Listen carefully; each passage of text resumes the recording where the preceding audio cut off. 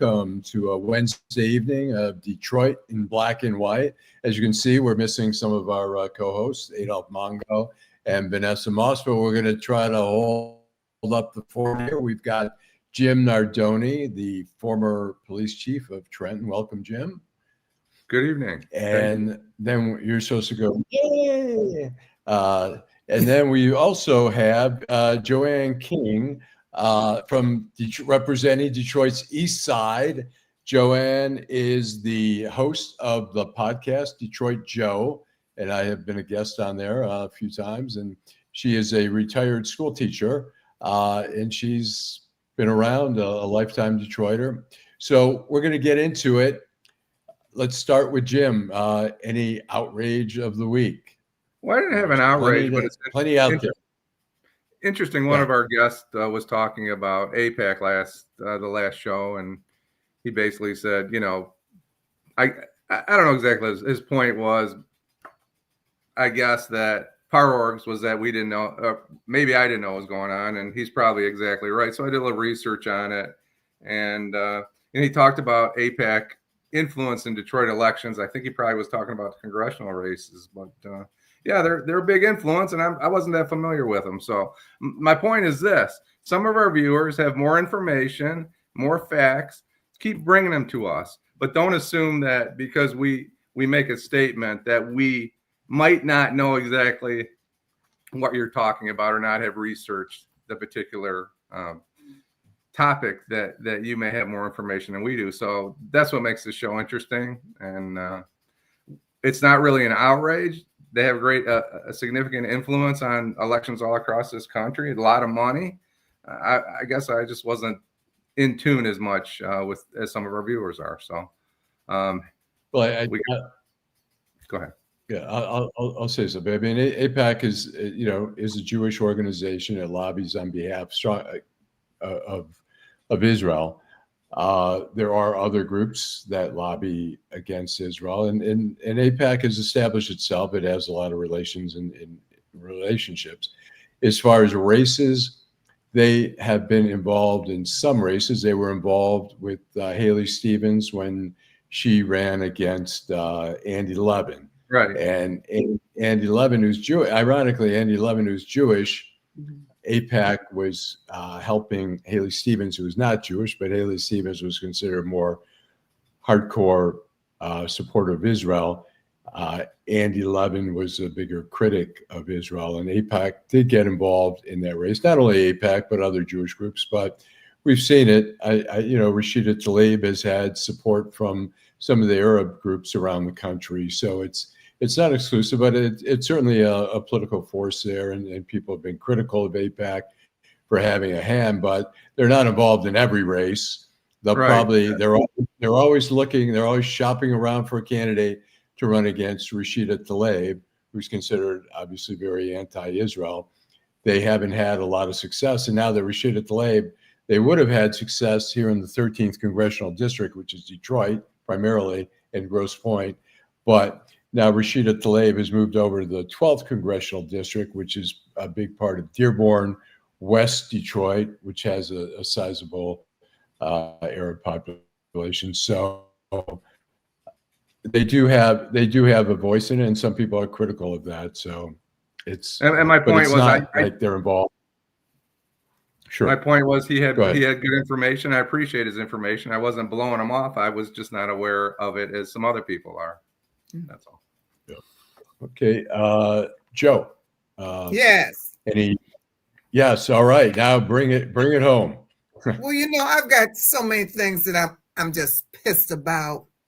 So I'll start with something little, and then I'll get to something big. Work your way out. Detroit looked good on TV this past weekend. They really did. It looked just clean, and and people were saying good things about it. And that's what bothered me. That they would say, oh, Detroit is so cool. Detroit is coming back. And I'm like, you don't live in Detroit.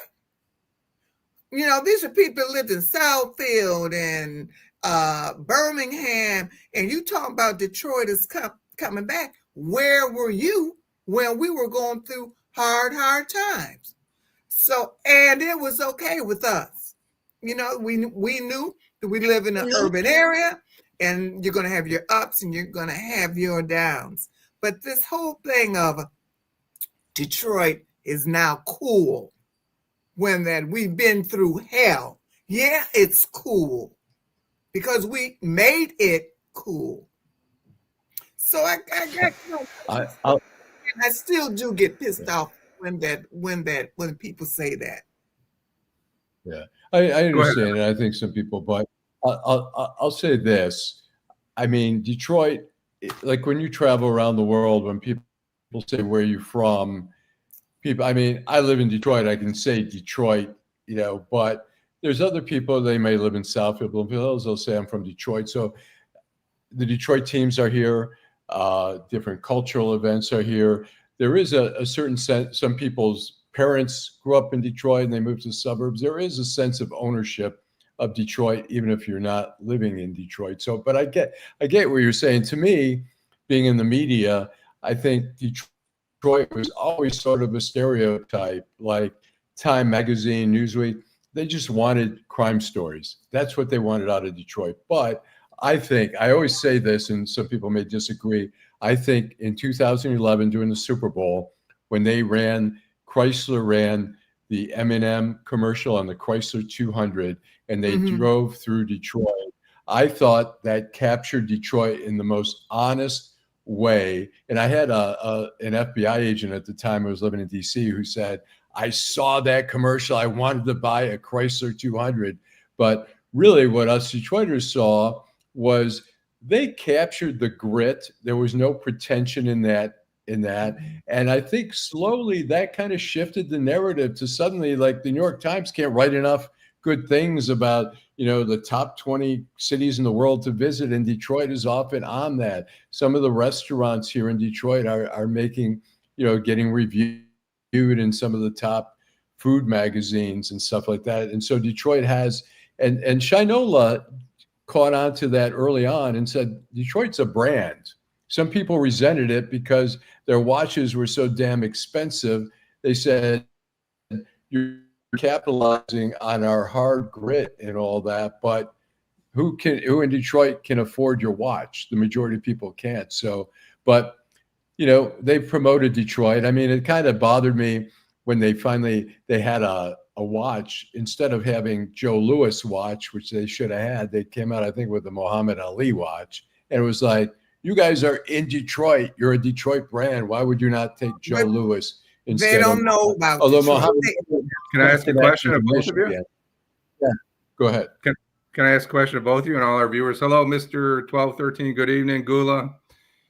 Karen Winson, our good friend. She lived in Detroit before it was popular. Karen's a little cooler than the rest of us. FBA Convo. Good evening from Hazel Park. Hello, Hazel Park. So, Jill Sheridan. Hey, Jill. Deborah Harris, Edward, and Derek Henry's right on top of things. Good evening, Derek. But, you know, Hazel Park just said hello from Hazel Park. So I guess my question is, who are we mad at, Detroit Joe? So hear me out just for a second. You know, this family here, I didn't work in Detroit, but I have a spouse that worked in Detroit. We paid Detroit city taxes for 25 or 30 years. We contributed to Detroit. So who are we separating out of that? You know, I don't live in Detroit. I haven't lived in Detroit. I police Detroit as part of two a state police narcotics unit and also a drug enforcement administration narcotics unit. So I spent a lot of time in Detroit. So who are we separating out of this? Us versus them, I guess. Us are the ones that were always here when times were hard, when there were teacher strikes, our kids that they came back to the public schools. Okay. We were the ones that had to listen to the evil comments that people would make about the city. And you pay your taxes, cool, but I'm just talking about contribution. You know, people from Southfield would come to dinner at Carl's Chop House or Lafayette, Coney Island, and spend their money. But you're not a Detroiter. You Well, know, that's fine. By you're just definition, you're not a visiting. Detroiter. But I but call that why a wouldn't visitor. we work together to accomplish the goals by Southfield's Detroit and Southgate's Detroit and River Rouge is But it's Detroit not and Detroit. Wyandott's Detroit? If Why I are you was separating the people that make a contribution to the community? the If they people quit that coming to Detroit and going to the casinos and the football games and the Tiger games, I don't think Detroit would be what Detroit is. So I think it's probably not, unfair. because none of that money stays here. All of that money goes. You know, Thank you, FBA. Yes. Okay, that's Metro that Detroit. money But don't stay here. I'm talking about why are we separating people instead of, I mean, we've You're got a not big a push Detroit. here of dividing and conquering in the last. If you weren't, I can't say I was born, but I was born and raised here. My mother was born and raised here. My father came here as a child. We contribute, but we were there doing more than what the rest of the people were who ran out the Southfield. And my grandfather built a house on Muralin and rode the streetcar to Fort Well, he Worth. was a Detroiter. Okay. He was a Detroiter. And my dad grew up on Muralin. But I think, Joe, I understand what both of you are saying, but I understand what you're saying, Joe, and you have a pride there, and you've been like, we've been here the whole time. Now you're coming along, but you know what? It's a major city, like every major city, like New York City, Chicago, whatever. There are main events, there are sporting events, there are concerts and stuff like that. The city of Detroit needs revenues from those to operate, and we should welcome. Yes, we do. No doubt. It's like 9, 10 a.m. We had people complaining when Taylor Swift had a concert, and one guy's like, "We don't need all these people coming into our city." It's like, our city is it's a city. A city. Not everybody lives in the city, but people have a pride in Detroit. And yes, we do. they feel that connection. Like Jim said, maybe it's your parents. Maybe my parents came here from after the war. They came here. They lived on Elmhurst for a while. They moved to the suburbs. I'm back in Detroit. My cousins lived in Detroit for a long, long time. And I think we need everybody here, and we should be happy that people are loving Detroit. And we shouldn't like regret and say, oh, now you're coming sort of Johnny come lately. I understand it's like the Lions fans who say, I've been a Lions fan my whole life. Now the Lions are winning, and suddenly you folks love the Lions. We were there every game when they were getting their asses kicked. But I understand both. There's two sides to it, and no one's wrong. But I think it's important that we embrace everybody who wants to come into the city. We have people coming now. We never saw this, where people come here. I was at the Jazz Fest. I was talking to a couple. They came from Colorado. There was another couple that came from Wisconsin. They said, oh, we heard about Detroit. We wanted to come here and check it out. It is well feel known now happy in about terms that. of Proud. Well, you know what? That is really interesting, because I have friends that came in from, Philly. But Detroit has always been a music jazz town. It always has. That ain't nothing new. But if you haven't been here, you would not have known it. We had all these jazz clubs. Baker's wasn't the only one. It's always been a jazz place. So it's how that people market it also. The 20 Grand nightclub on 14th Street, which had all the Supremes, Marvin Gaye. My father had a bar right around the corner on 14th and Grand River called the Strand Lounge. He used to get the overflow, and they were sold out at the 20 Grand. He had bands on the weekend.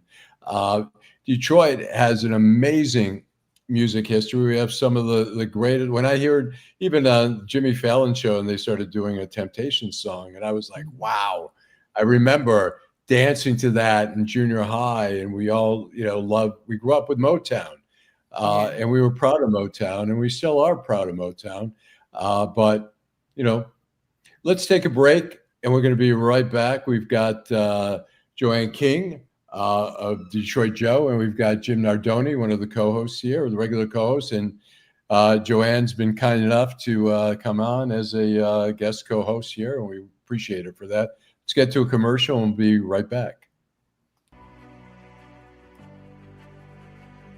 Hi, I'm Eric Sabri, your Wayne County Treasurer. Are you living in the home of a deceased family member and you're facing property tax foreclosure, or maybe you know someone who's in the same situation? The probate process may be helpful to you. If you file a probate petition and notify our office, the foreclosure proceedings will be halted during the probate process. We have several nonprofit partners who have free attorneys who can assist you. Contact our office, 313-224-5990, or email us at taxinfo@waynecounty.com. Don't lose your family property. Some of these properties have been in the family for 4 or 5 generations. Contact us now. We're here to help.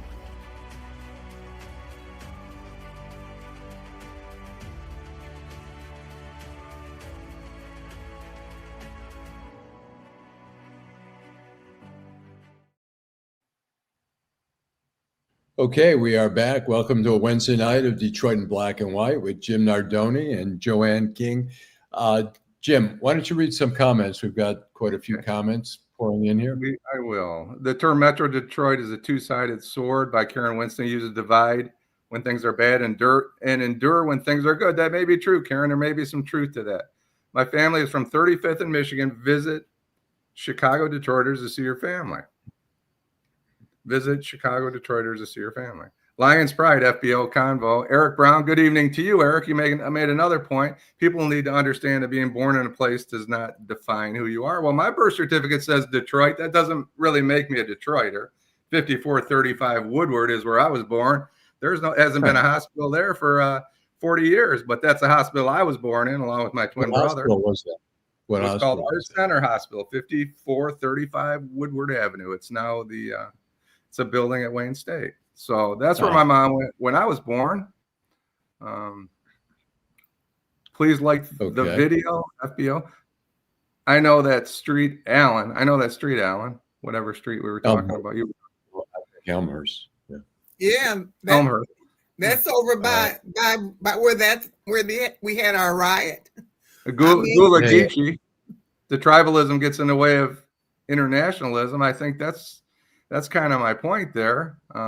A Detroiter is generally considered, Deborah Harris, to be, thank you, Teresa, a resident or native of the city of Detroit, but the definition can also extend to people who have grown up in Detroit or live in the surrounding metro area. The term can also carry a sense of cultural connection, with some people believing being a Detroiter is something earned through living in the city, paying taxes, and demonstrating a deep passion for Detroit sports, history, and culture. It's a connection. It depends on what your connection is, but I look at it this way. Belle Isle's an island. Detroit doesn't need to be an island. It needs to be welcoming to everybody. And you're right, Joe. Maybe some people need to contribute more than they have contributed in the past. They shouldn't take credit for something they didn't contribute to. I understand your point, if that's kind of your point. That's kind of my point. But Allan can tell you that my podcast is centered around gentrification. Because my family's been pushed out of different areas, and the area that I'm living in now, which was the area in which they were pushed out of, I was able to come back to, but now I'm watching other people being pushed out. And the thing with gentrification is the displacement is sad. I agree with that. Gullah Geechee, Michigan, the place of Napian was. Okay. Then we have Detroit proper. That's all Metro Detroit. That is all Metro Detroit, FBA Convo. Graduated from Cass Tech in 93. We got some, I always say the guys, that the men and women that watch this show are way smarter than me. So they shouldn't be surprised that they know more than me. I think Detroit's always been cool. Jill Sheridan, she said, I love Detroit, went to Detroit Public Schools. Good evening, Edward Lee, Gula.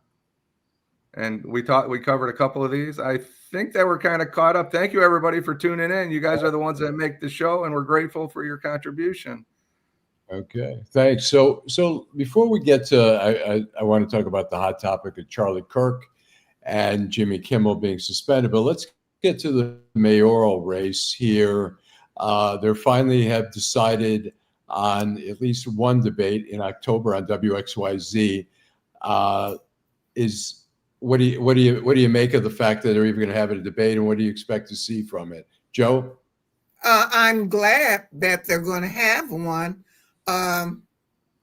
That's a mess. You know, Why do you say that? It's just a mess. First of all, too many people ran for mayor, just like too many people run for Congress and run for everything else. It wasn't like it used to be when we had a group of the city fathers and the city mothers that would come together, and Coleman Young led it, and they would decide, well, you're going to run, you aren't going to run. You'll run the next time. So there's so many people running that the good people don't even get in. They don't even win. When I saw how many people that are running for, mayor, and I could only pick out maybe 4 that I consider decent, I said, now why didn't they come together and say, which one of us would be best for this city? I'll be honest and tell you that Jenkins, I liked her. I think there's something special about social workers, just like Marianne Mahaffey. She had that background of a social worker. She knew what was going on. And I just loved her, maybe because my father loved her. So I kind of thought that Jenkins would be, better. I didn't like the other woman, and I still don't. And why do you? What don't you like? I don't trust her. To me, she comes off fake. Yeah, she really does. Yeah. And the pastor, I had a talk with him, and I started to like him. But what I would say, to him, even if you don't win, because of who you are and what you do in this city, you will still have influence. People will still love you. You could have more, power than some of these political people. Don't everybody got to be the mayor? I think it's interesting. I was curious. There were 2 candidates who moved into the city, and it's happened before. Bing moved into the city before the election. Duggan did the same. And in this race, we had 2 candidates who moved back into the city. One was Kinloch, who hadn't lived in the city, I think, probably since '93 or something like that. He was living in Southfield, and then he has a big house in Oakland Township. And then Todd Perkins was the other person who was living in the suburbs, who moved back to the city. And so I reached out to both their campaigns for Deadline Detroit, and I asked both of them, I said, if you lose, do you still plan on staying in the city? And Perkins said, definitely yes. I'm here. I'm committed. I'm going to stay in the city. And Kinloch, people said, well, we don't want to talk in hypotheticals. We plan on winning. So, I mean, that tells me that I wouldn't be shocked if he loses, whether he moves back to his, luxurious home in Oakland Township. Right now, I think he's renting an apartment on Gratiot. So I bet he's not staying. Who knows? You don't have to have it as your you have to have it as your primary residence a year before the election starts. So the primary residence thing, that's a little bit hard to prove. I mean, he could live 4 days a week in Detroit, 3 days in Oakland, Township. But when it comes to actually being elected, there was always talk that Dave Bing was living in Franklin a lot of the time. I don't know about Duggan, but there's questions about commitment here if you're just looking at an opportunity and you're not committed, you'd like to think that a person who moves back to the city is committed regardless, that they're going to stay here. They'll figure out a way, whether they want to run for consul or Congress or whatever. But I don't know. We'll see. I don't know if you guys have an opinion whether I'd like to comment on Kinloch is committed. Yeah, go ahead. I'm sorry, on a debate and a couple of our comments. Gula, Yeah, sure. G Money Hollywood, the debate is going to be a waste of time. So before I comment, the voters have decided to agree that no one possesses the passion like Mahaffey. Jenkins lacked fire. She may have been passion, but she suppressed her passion. And I want to go along with those lines and say this. You have to win a campaign. You have to run a good campaign. And she may have been a great mayor, but she never got there because of the campaign.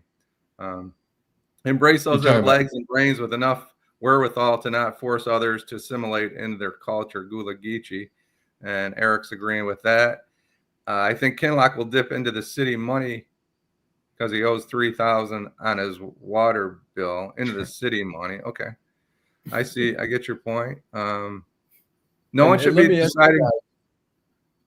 Let me ask: is that an issue that he was behind on water bills? He's on a payment plan, which is allowed. I believe it's a 3-year payment plan, and it's primarily for residents, but businesses and nonprofits are in it as well. He owes $30,000. He's behind $30,000. He's on a payment plan. Should that matter? I mean, the point some people are trying to say is, okay, go ahead. There's a lot of people that are on a payment plan with the water board, and they do make mistakes. During the COVID, I was sent this huge bill that I did not owe, and they sent out people, and the people kept saying, "That's not your bill. That's not your bill. That's not your bill." But I went on and I paid it. They said, one of the gentlemen says, that bill is of a small apartment building. I was so afraid of the water company that I paid it just to get rid of them. They're horrible. And that's why so many people are on a payment plan. Probably. Well, I think that people were the criticism, and there were plenty of people like you who said, doesn't matter, who cares? There were people who said he's managing all these churches and he's in arrears and in payments and stuff like that. Maybe he's not such a great manager. And I don't know if that's reflective of his management skills or just the revenue was lacking for him to be able to pay those bills right away. I guess that's going to be up to the voters. It's an unfortunate business situation, but that doesn't mean that, he's a bad guy. There's a lot of Detroiters that struggle. There's a lot of people all over this country that struggle with their bills. We don't know if it's a bad business decision or he just didn't have the money. We just don't know the answer. So I don't know why it should have any influence in this election. Back to G Money Hollywood. I'll read a couple of comments. I want to go right back to what he said. There's no kingmaker that dictates who's best for the people. Deborah Harris said more choices is better. That's a great question because there were almost too many choices. And I'm not suggesting whoever wants to run should be able to run, but just like when Sri Tanadar got to Congress, there were a lot of good candidates and they kind of cut it up. But back to G Money, I think the first thing I thought when it was announced that there was going to be a debate is this: there's only going to be one debate, and it's for show, right? They're going to run through the questions. And that's going to be the end of it, and we're going to get on with this election. So I appreciate both candidates being able and willing to debate. I think it's great for the community. I think the people need to hear from them. But we'll see what that, they're originally talking about 2 or 3, but I think this will be the only debate.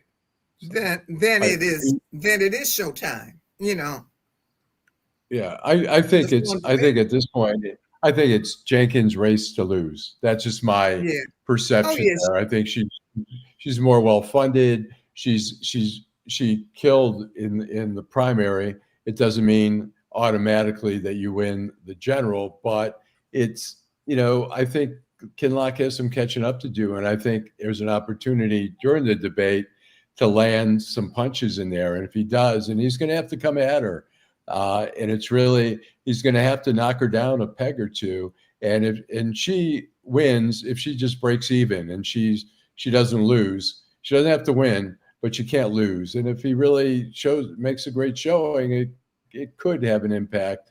Maybe a few votes, maybe a few votes enough to win. Yeah, it's a tough. And thanks to Deborah Harris for her comment. She thinks it should matter, and that's got to be a personal decision for the voters of the city. And we appreciate your thoughts on that. Karen Winston says, Go ahead. I'm sorry, I'm losing you, Allan. You're kind of fading out, and I'm unfortunately I'm trying not to. I was just reading a few of the comments. Go ahead. People are persuaded by charisma, and both candidates that are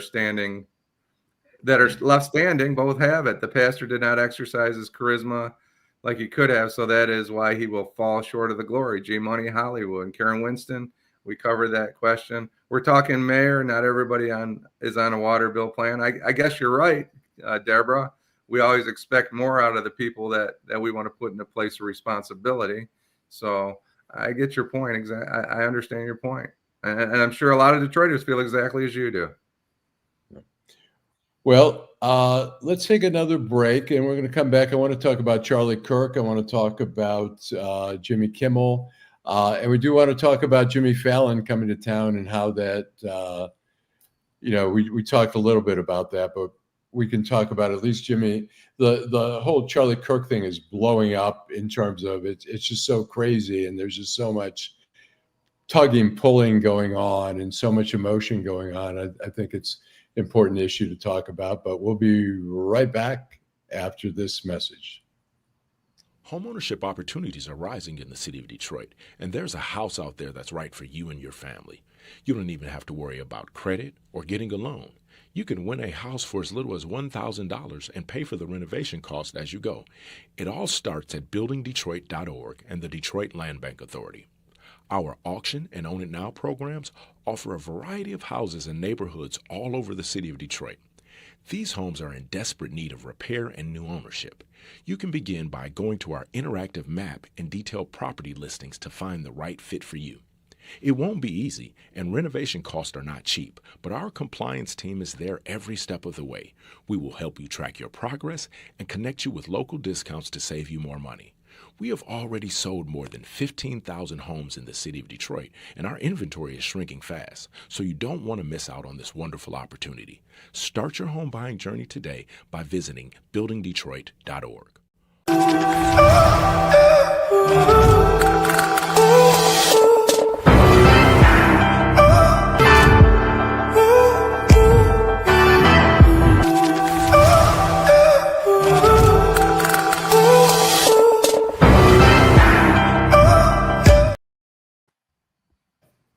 Okay, and stop in at McShane's and mention Detroit in black and white, and you'll get 20% off your bill. We were broadcasting there for a long time, and we appreciate them hosting us.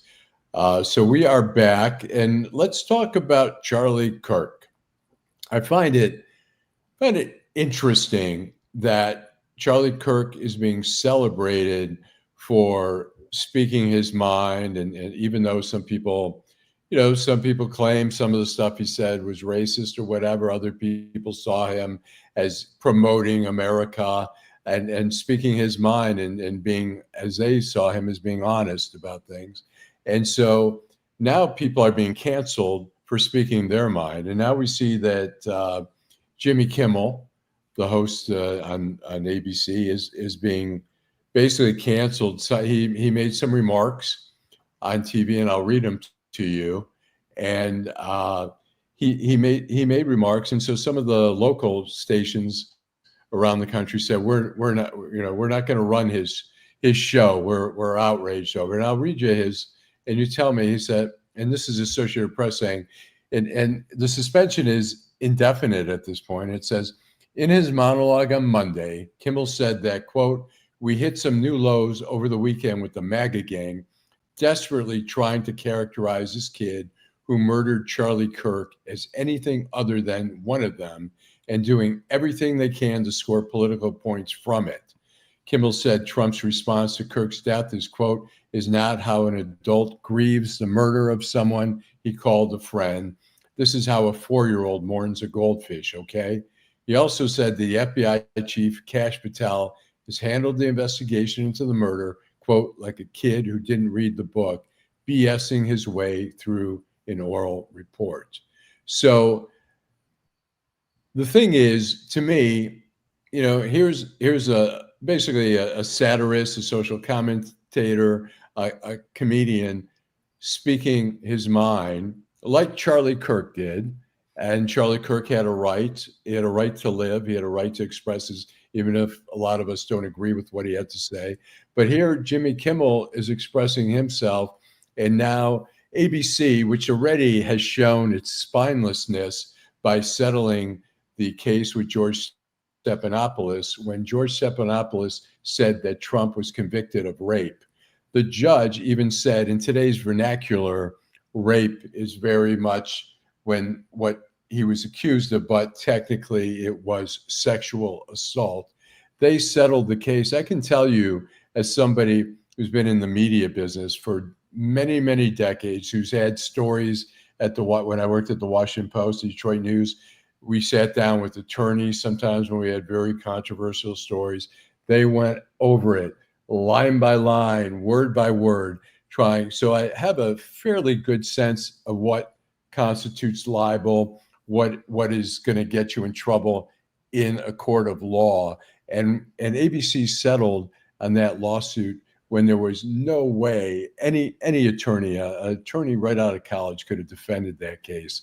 So I just worry, what Jimmy Kimmel said may have been offensive to some people, but what Charlie Kirk said sometimes was offensive to people, and he had the right.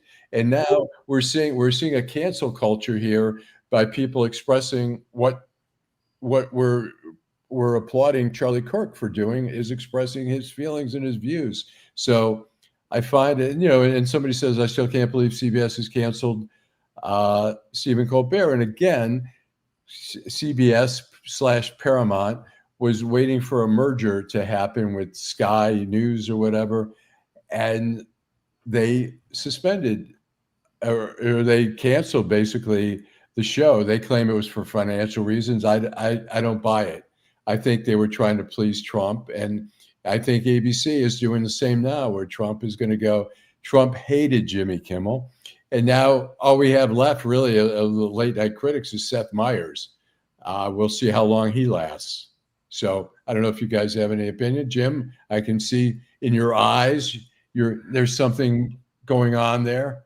Yeah, confusion is what's going on for over here behind my eyes, because and I'm going to go with this. First of all, since the murder, I won't even call it an assassination, of this Charlie Kirk, I had only seen him on TV 2 or 3 times, and I told people on this show, and I really didn't like his approach. I thought that I didn't really understand. I understand he was trying to appeal to 20-year-old kids and not more mature people like us.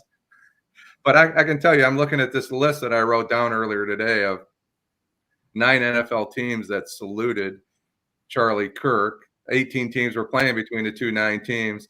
The New York Yankees, the Chicago Cubs, NASCAR, the UFC, LSU, 3 or 4 colleges, LSU, South Carolina. This is where I'm confused.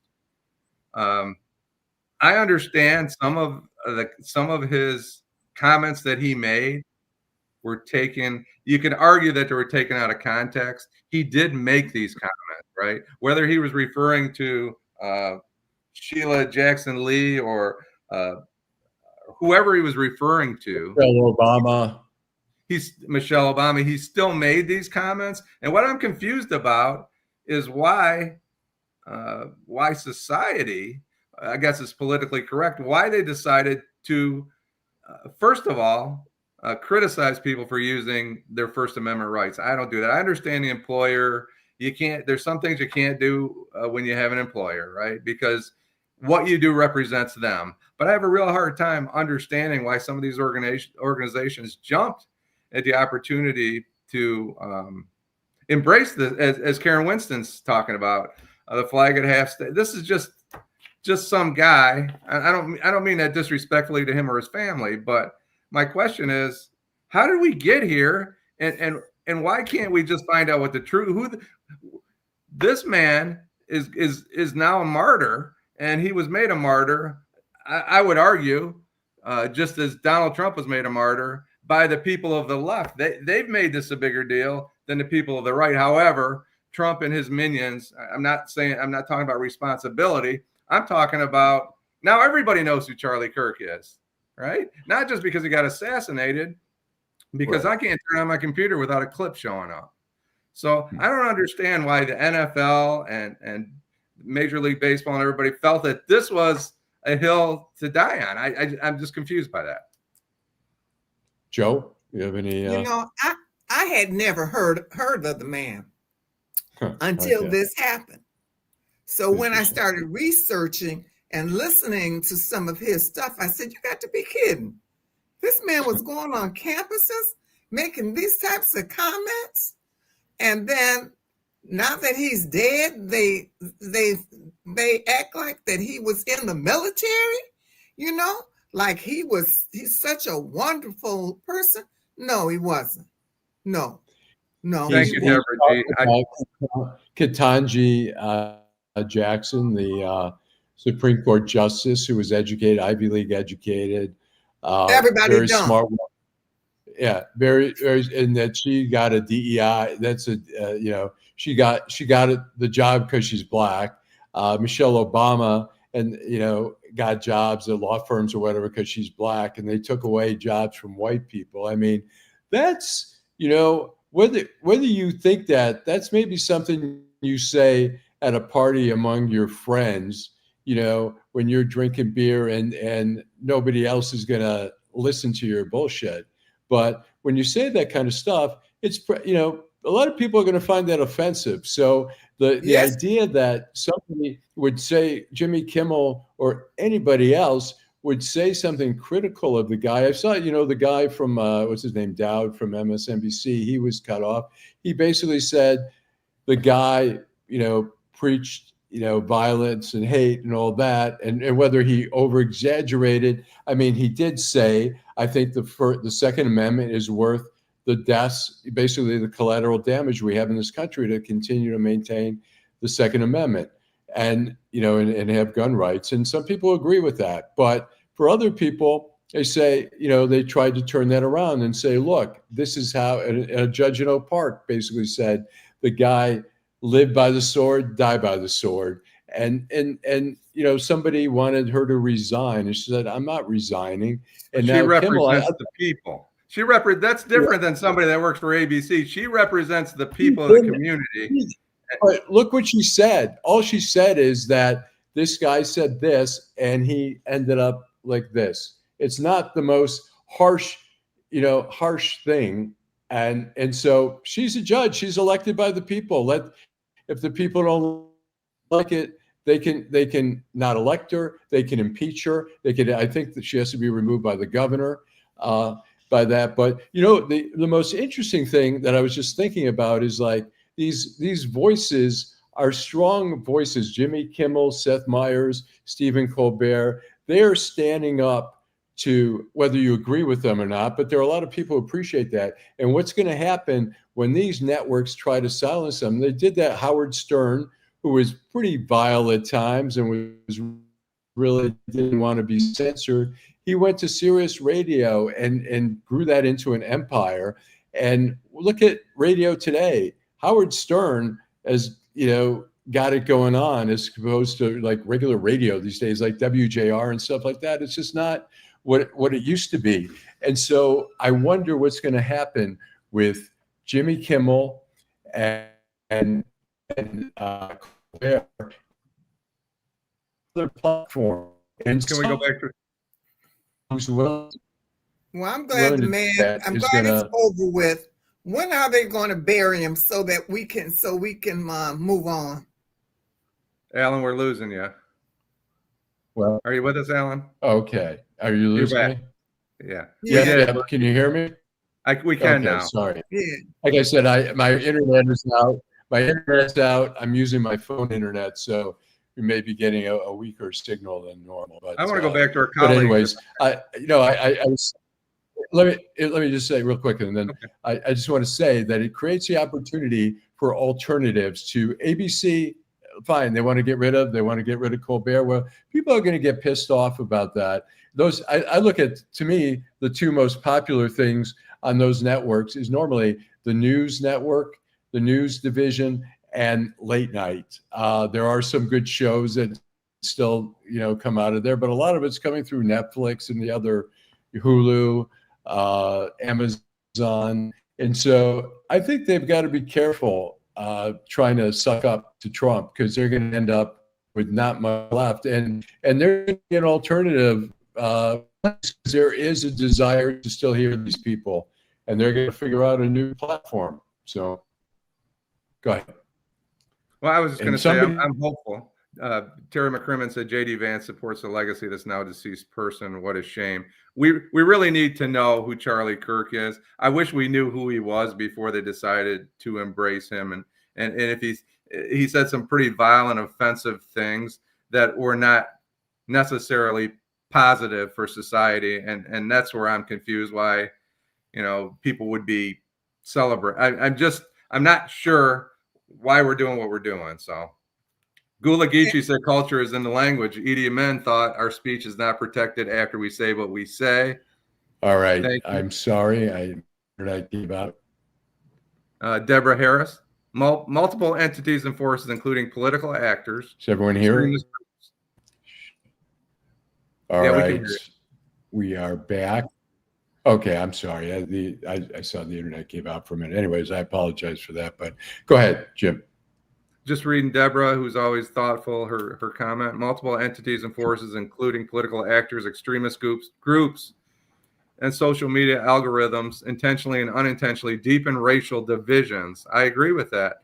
Exploiting racial tensions to create animosity between Black and white people has always been a persistent strategy in U.S. history, and continues in modern context through misinformation and political polarization. That's what we're faced with in this country right now. So that's why we need to know who these people are, regardless of who they are. He's a private citizen, and I'm confused by it. I just think it's a bit much, right? Again, this is a guy that was known by a small group of this country. He doesn't speak for our whole country. No, he doesn't. He speaks for his little segment, and I just think that I'm trying to understand why these organizations are going this far. Well, Trump loves him. He loves him just like it is his son. I mean, he loves this man, and he helped Trump get elected. Yeah, I think he's one of the people that's in Trump's ear, because we know that Trump is not all that smart. So he didn't deserve to die, but everybody that dies that should die doesn't. No. I'm talking about that he's the one that's putting a lot of that language into Trump's ear, And personally, it's over. Bury him. Can we please move on? We're not moving on. That's the issue, I think. I'll say this. Yeah, I mean, he's becoming a hero in some circles.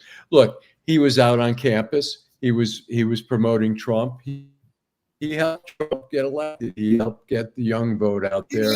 He helped galvanize that. And so Trump is a transactional man. You do something good for him, that's a transaction for him. It's not a friendship. It's not a love.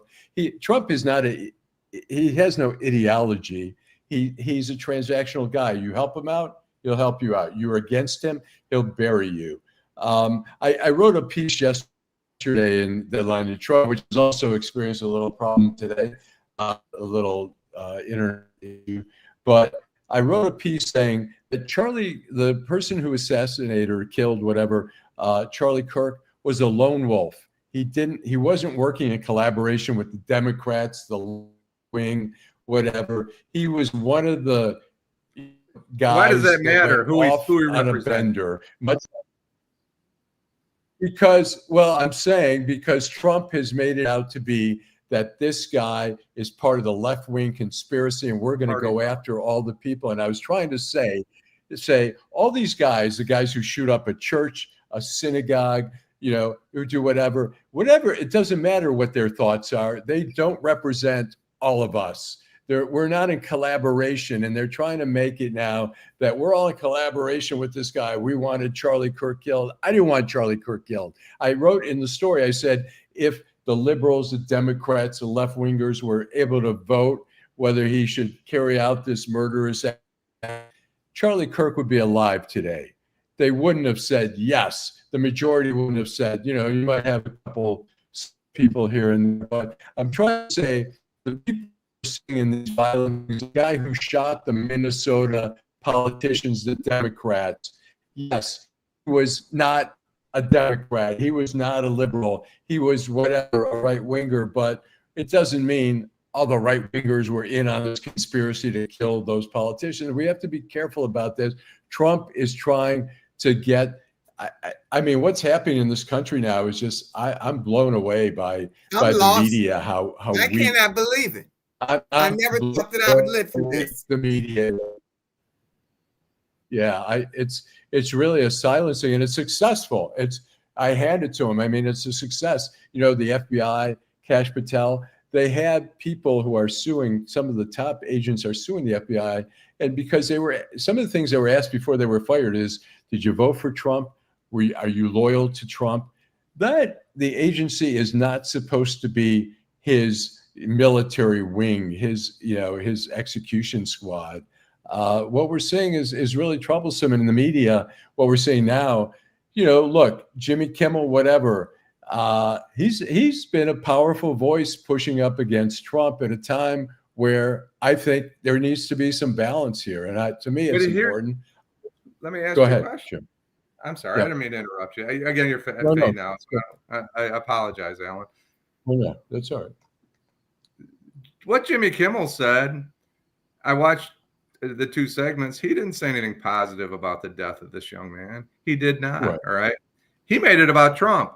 And my question to you and to Joe and our viewers is, why are we still talking about Trump all the time? I understand what he's trying to do, but people need to walk away from his silly, stupid actions instead of Go ahead. You know what? It's funny. I had lunch with a prominent Republican who doesn't love Trump.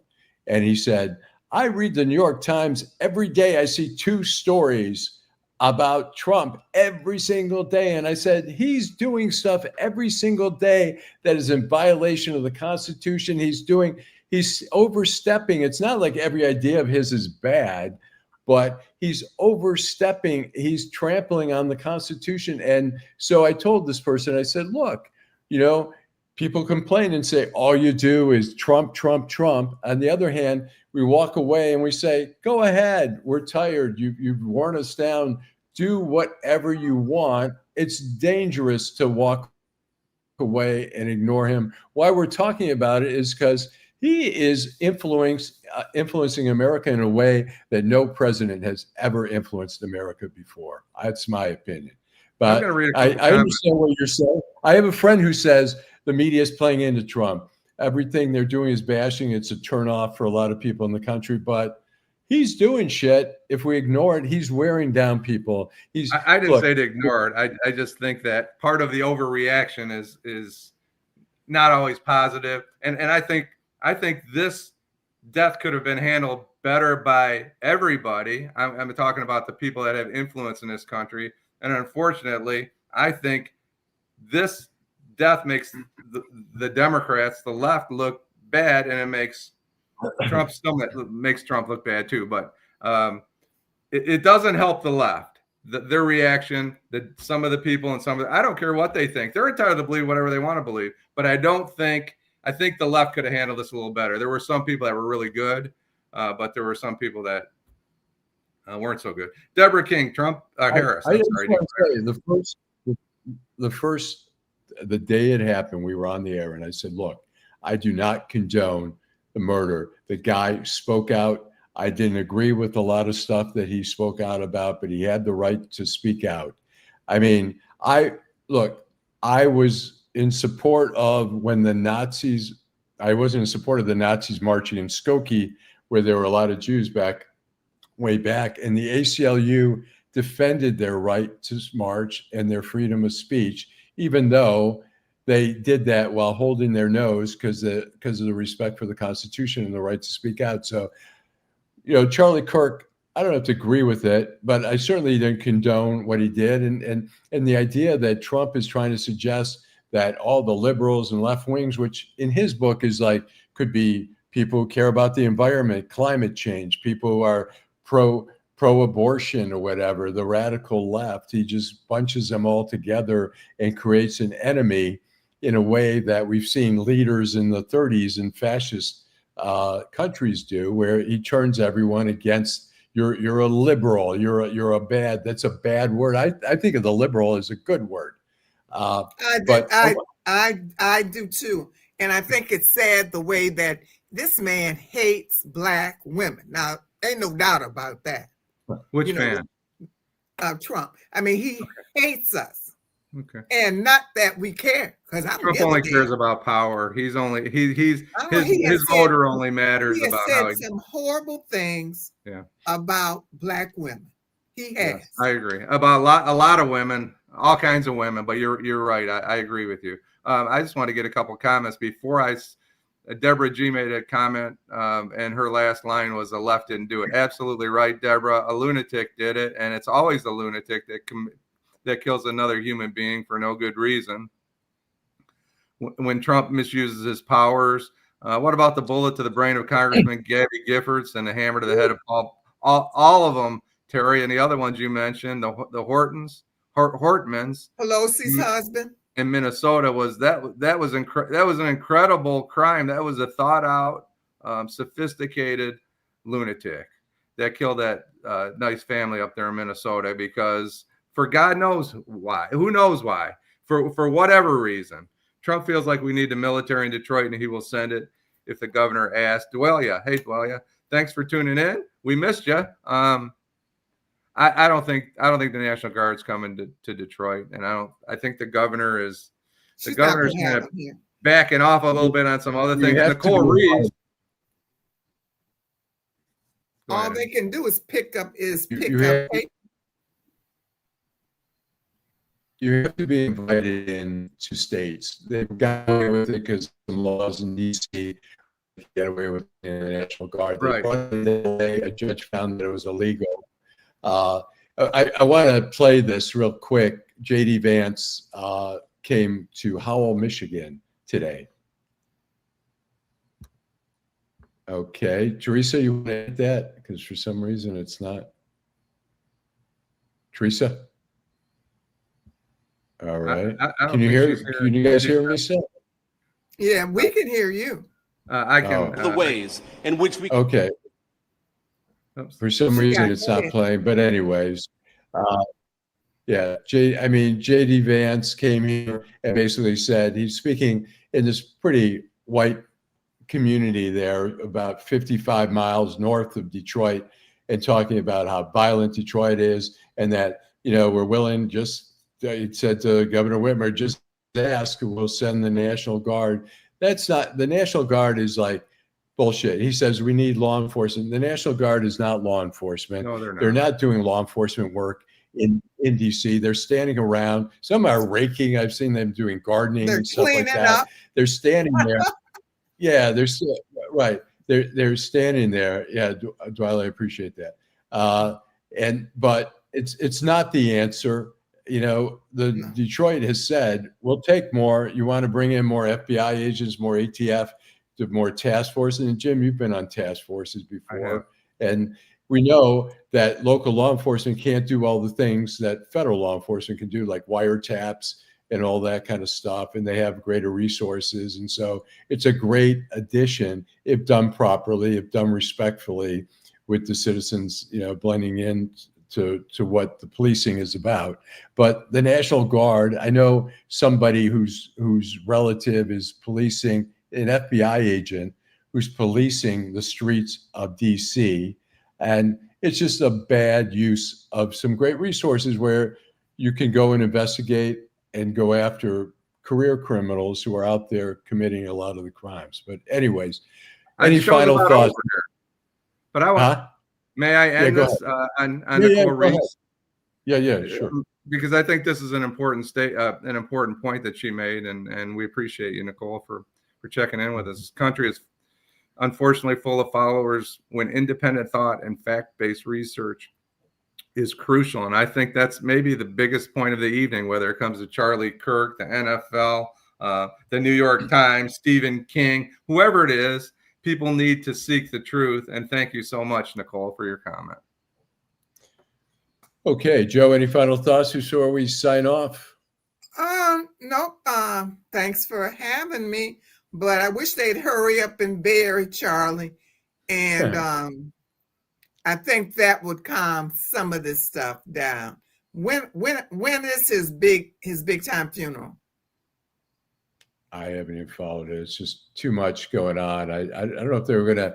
I don't know if it was a rumor that they were gonna lay him to rest at the rotunda, or if that was BS. Although they did fly him on Air Force Two, back. He flew his body back on Air Force Two, which is I've never heard of before. Taking I've never heard of that either, but happens to be a pal of these guys. So, but there's a lot of very unorthodox things that have happened in this administration. And Derek finishes out with two young black men were lynched in Mississippi. I don't know exactly what he's talking about. Yeah, there was one that I had heard of. I'm not sure where, but he was lynched. I'm sorry to hear that. I did not hear that either. Terry McCrimmon talks about our sons and daughter using the National Guard as props, and he's absolutely right about that. Sorry, Allan, I'm ready. I don't want to miss all our contributors out there. We appreciate them. So go ahead, Allan. That's good. Yeah, we want to thank everyone. Joe, thanks for coming on the show. Well, I think you may return on Friday. We were supposed to have Ira Todd, but there was a little mix up there. And Jim, as always, thanks so much for your input, and we'll be back on Friday night with more action. So thanks, everybody. Thank you. Good evening.